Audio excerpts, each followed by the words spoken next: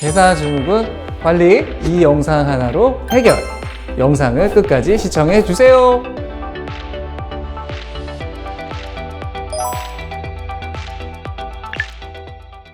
대사증후군이라는 건 어떤 질병의 진단 기준에 들어가지는 않는데 이 심혈관 질환을 일으킬 수 있는 위험 인자들이 있습니다.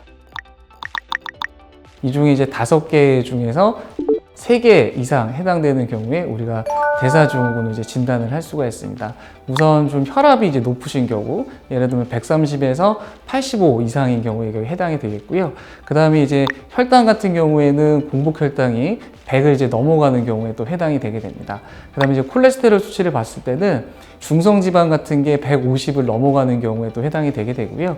그 다음에 좋은 콜레스테롤이라고 알려져 있는 HDL 같은 경우에는 여성분들은 50 미만인 경우, 남성분들은 40 미만인 경우에 해당이 되게 되고, 그 다음에 또 하나는 복부 비만이 여기 해당이 되게 되는데, 남성분들 같은 경우는 90cm 이상인 경우, 그 다음에 여성분들 같은 경우에는 85cm 이상인 경우를 우리가 진단 기준에 넣고 있습니다.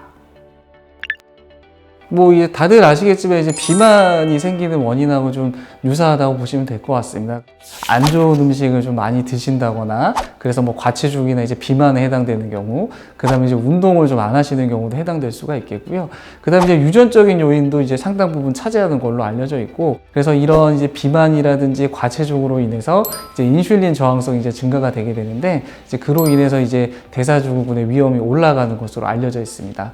남성분들 같은 경우에는 30대가 넘어가면서 위험도가 증가가 되게 되고요. 여성분들 같은 경우에는 폐경증, 그러니까 50세를 넘어가게 되면은 이 대사증후군의 위험이 높아지는 것으로 알려져 있습니다. 건강검진 하고 나신 다음에 대사증후군에 해당됩니다라는 말을 들어보신 분들이 있으실 텐데, 실제적으로 대사증후군에 해당이 된다고 하시더라도 아무런 증상도 없으신 분들이 많고, 그러니까 또한 어떤 질병으로서 약을 복용할 단계는 아니기 때문에 정말 내버려 두시는 경우가 많거든요. 근데 대사증후군의 기준을 보시게 되면은 혈압이라든지 혈당이라든지 콜레스테롤이 높은 경우가 해당이 되게 되는데, 이걸 그냥 두시게 되면은 나중에는 고지혈증이라든지 고혈압, 당뇨로 이어지게 되고, 거기서 또 조절을 안 하시게 되면은 심장 혈관 질환이라든지 뇌혈관 질환의 발생이 좀 높아지게 됩니다. 그렇게 되면 아무래도 조기 사망이라든지 여러 가지 합병증이 생길 수가 있기 때문에 대사증후군 단계에서부터 관리를 잘 하시는 게 굉장히 좀 필요합니다. 말 그대로 진단 기준에 해당하는 수치보다 좀 낮게 유지를 하시는 게 필요하실 것 같은데, 우선적으로는 뱃살을 빼셔가지고 복부 비만을 좀 줄이셔야 되고요. 그 다음에 혈압도 130에 85보다 좀 낮게 유지가 될 수 있도록 하셔야 되고, 그 다음에 혈액검사 수치상에서 콜레스테롤도 좀 중성지방도 150 미만, 그 다음에 이렇게 유지를 하셔야 되고, 공복혈당도 100 미만으로 유지를 하셔야 되고, 그 다음에 운동을 통해 가지고 좋은 콜레스테롤을 남성분들 같은 경우는 40보다 크게, 여성분들 같은 경우에는 50보다 크게 유지를 하실 필요가 있습니다. 예방할 수 있는 방법은 다들 아시겠지만 좀 적게 먹고, 그 다음에 적당히 좋은 음식들을 잘 드시고, 몸을 많이 움직이셔야 됩니다. 그래서 꾸준한 운동과 그 다음에 식단 조절을 통해 가지고 복부 비만을 좀 줄이실 필요가 있으시고, 이런 것들을 통해 가지고 적정 체중을 유지하시는 게 굉장히 좀 중요할 것 같고요.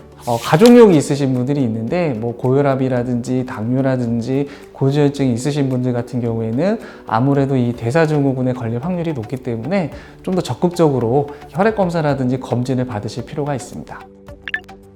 사실 약을 복용해서 치료하는 건 대사증후군에 해당되지 않고요. 이런 생활습관 교정, 그러니까 예를 들면 운동을 열심히 하신다든지, 아니면 식단을 조절하신다든지, 이런 것들을 통해 가지고 체중을 관리하시는 게 치료라고 보시면 될 것 같습니다. 식사요법이라고 하면은 굉장히 좀 복잡하고 좀 어렵게 생각하시는 분들이 많은데, 일단 피해야 될 것 같은 경우에는 단순당이 많이 들어있는 음식들이 있습니다. 예를 들면 설탕이라고 생각하시면 될 것 같은데, 탄산음료라든지 과일 주스라든지 아니면 이런 달콤한 음식들을 좀 피하시는 게 좋고, 그 다음에 포화지방이 많은 음식들, 예를 들면 튀긴 음식이라든지 이런 것들도 좀 피하시는 게 좋을 것 같고요. 대신에 좀 불포화지방산이 좀 많이 들어있는 생선이라든지 오메가3가 또 많이 들어있는 그런 올리브유 같은 것도 좀 드시는 게 좀 좋으실 것 같습니다. 그리고 다들 아시겠지만 너무 많이 드신다든지 자극적이고 좀 이런 음식들을 또 자주 드신다든지 식이섬유가 좀 많이 들어있는 것들로 식단을 짜시는 게 좀 좋으실 것 같습니다.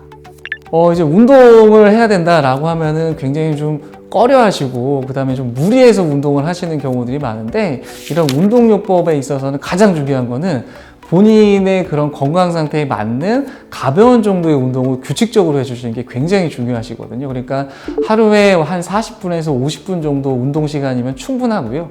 대신에 더 중요한 거는 일주일에 3회 이상 이런 운동을 규칙적으로 해주시는 게 가장 중요하실 것 같습니다.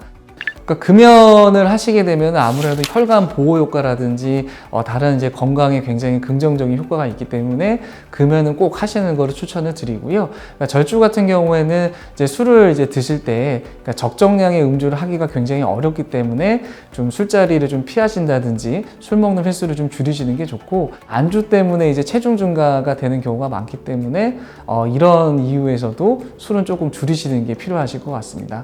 그리고 이제 스트레스 관리 측면에서는 스트레스 관리를 하기 위해서 규칙적으로 좀 운동도 하시고, 그 다음에 이제 몸에 좋은 것도 좀 챙겨 드시고요. 무엇보다도 이제 숙면이 스트레스 관리에 굉장히 중요하기 때문에 이런 숙면을 할 수 있는 그런 생활 습관을 계속적으로 유지하시는 게 좀 필요할 것 같습니다.